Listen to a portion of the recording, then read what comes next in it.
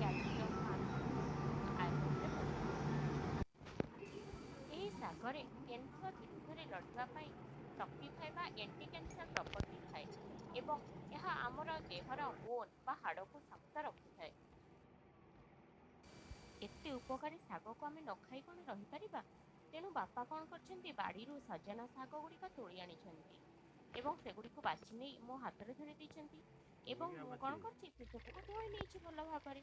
ତାପରେ ପିଆଜକୁ କାଟି ଦେଇଛି ଏବଂ ରସୁଣକୁ ଛଡ଼େଇ ନେଇଛି, ଲଙ୍କାକୁ ମଧ୍ୟ ମଝିରେ ଦି ଫାଳ ଲେଖା କରିଦେଇଛି, ରସୁଣକୁ ଛେଚି ଦେଇଛି।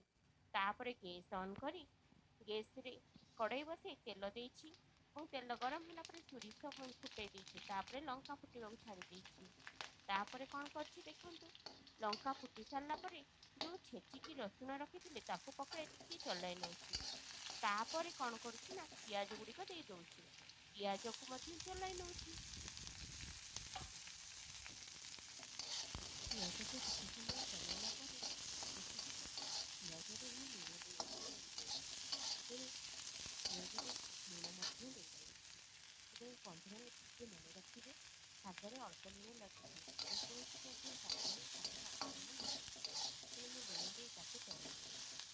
ତାପରେ କଣ କରୁଛି, ଦେଖିବେ ପିଆଜ ଗୁଡ଼ିକ ସିଝି ଆସିଲାଣି, ତେଣୁ ଶାଗ ଗୁଡ଼ିକୁ ଢାଳି ଦେଉଛି।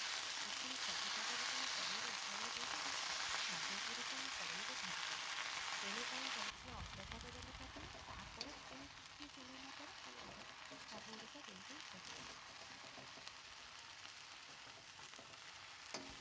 ଏହି ଶାଗରେ ରସୁଣ ଟିକେ ଅଧିକ ଲାଗେ ଏବଂ ପିଆଜ ସବୁବେଳେ ଶାଗରେ ଅଧିକ ଲାଗିଥାଏ ଏବଂ ଶାଗଟିକୁ ହାଇ ଫ୍ଲେମ୍ରେ ହିଁ ରାନ୍ଧିବେ ସବୁବେଳେ। ଲୋ ଫ୍ଲେମ୍ ହେଲେ ଶାଗଟି ଚିଟଚିଟା ବା ପୁରା ନରମ ହୋଇଯିବ ଆଉ ଖାଇବାକୁ ଭଲ ଲାଗିବନି।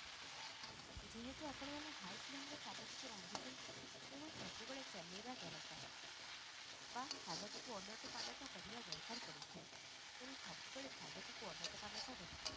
ଏହି ଶାଗଟି ଆମର ଡାଇବେଟିସ୍ ରୋଗୀଙ୍କ ପାଇଁ ମଧ୍ୟ ଲାଭଦାୟକ ହୋଇଥାଏ।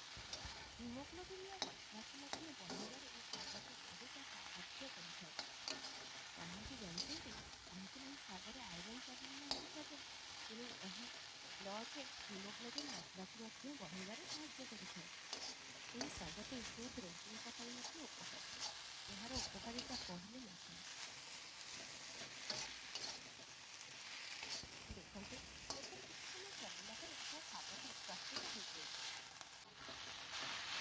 ଏବଂ ମା ହିଙ୍ଗୁଳାଙ୍କ ନାଁରେ ଦେବା ପାଇଁ ଆରପଟେ ଗ୍ୟାସ୍ ଅନ୍ କରି ମା ହିଙ୍ଗୁଳାକୁ କିଛି ଦଉଛି, ଦେଖି ନିଅନ୍ତୁ।